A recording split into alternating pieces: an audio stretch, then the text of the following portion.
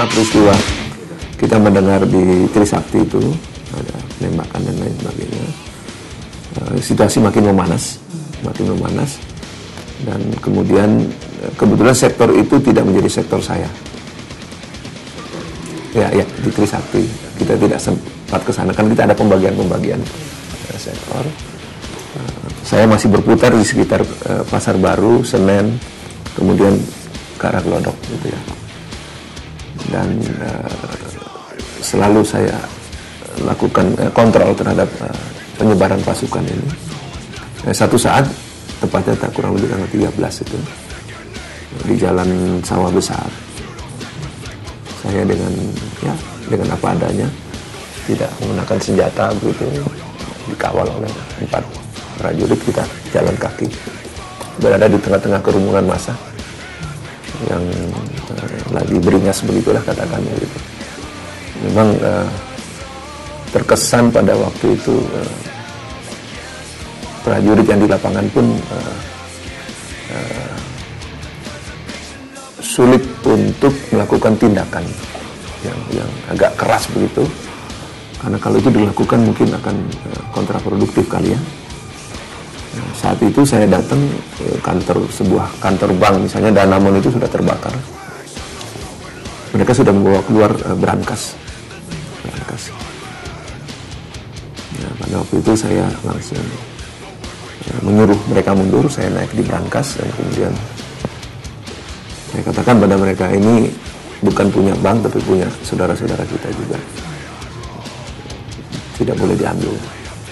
Mereka memaksa dan ya karena dalam keadaan seperti itu saya mengambil jalan. Oke, kalau kalian mau ambil uang saya saja.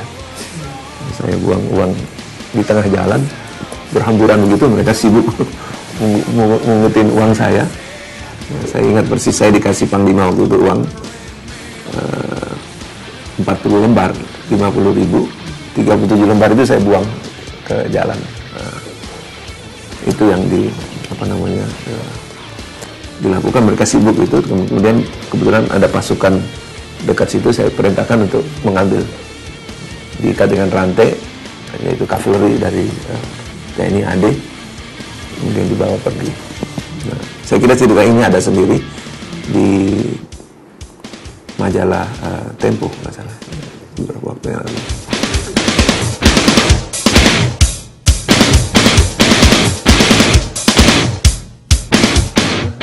Sebelum itu memang kami pasukan marinir maupun yang ada di armada kawasan barat diperintahkan untuk senjata tidak boleh, memang dibawa, tetapi tidak boleh dengan sikap ke depan.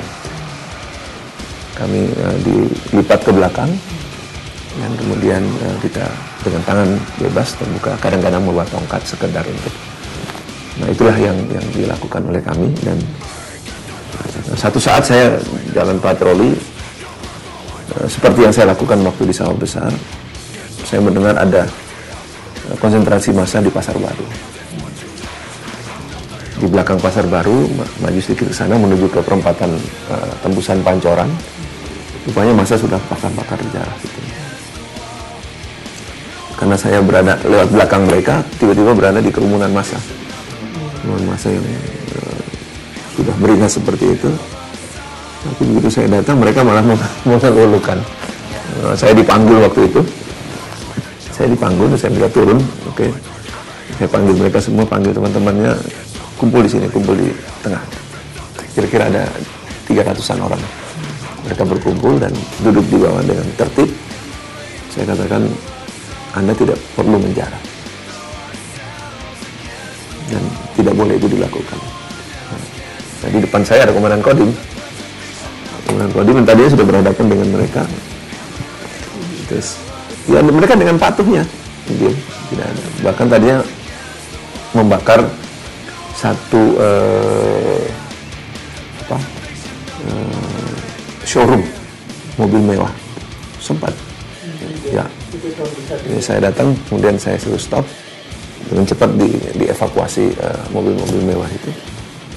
Saya sempat ngobrol dengan Dandim. Waktu itu Letkol Widodo, dia tanya, Abang kok dengan mudahnya kok bisa seperti itu, sebenarnya nggak tahu lah pokoknya. Mereka mau digitukan, mau manut, saya juga tidak menyangka gitu ya. Ya itulah keadaan di lapangan.